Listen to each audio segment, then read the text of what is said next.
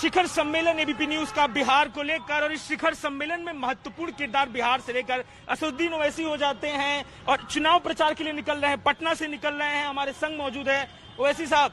प्रासंगिकता को लेकर सवाल हो रहा है इस चुनावों में, जिस तरीके का दिखाई दे रहा है भीड़ तेजस्वी की सभाओं में, चाहे वो माइनॉरिटी की भीड़ हो, कैसी भी भीड़ हो, अब प्रासंगिकता क्या है एमआईएम की? देखिए, हमको हमारे अलायंस की फिक्र है और हम कुशवाहा, उपेंद्र कुशवाहा साहब के साथ अलायंस में है, जिसमें बीएसपी भी है, देवेंद्र यादव साहब की पार्टी है, जनाब राजभर साहब की पार्टी भी है और दीगर 2 पार्टीज हैं।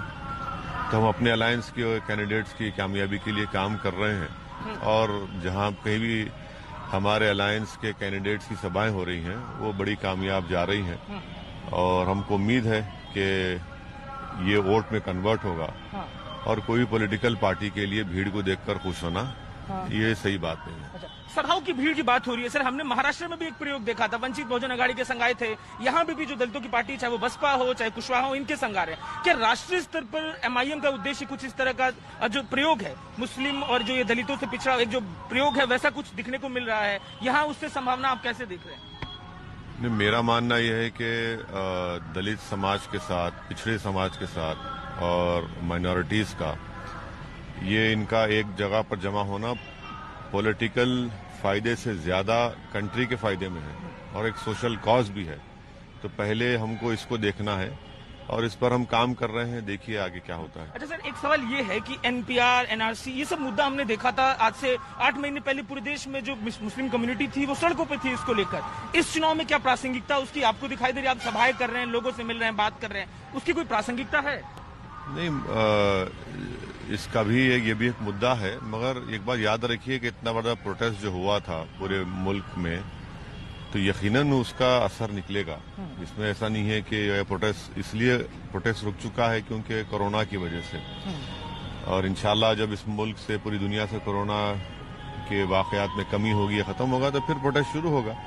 मगर यकीनन हमारे दिलों में उसकी तकलीफ है और उसका इजहार भी होगा।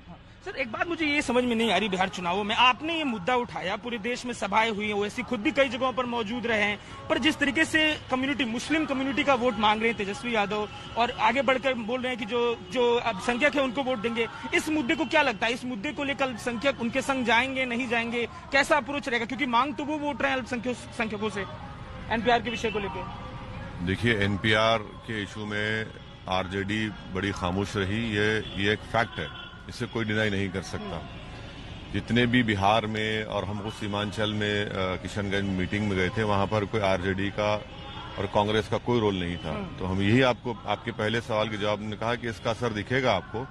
ऐसा नहीं है कि हम जहनी तौर पर किसी के गुलाम हैं, बल्कि जो पार्टीज जिस वक्त पर, नाजुक वक्त पर वो लोग अपना ओपिनियन नहीं देते हैं और ये समझते हैं खामोश रहना इनके लिए अच्छी बात है, तो फिर खामोश रहेंगे। तो जब वो खामोश थे तो आज भी कोई खामोश रहेगा।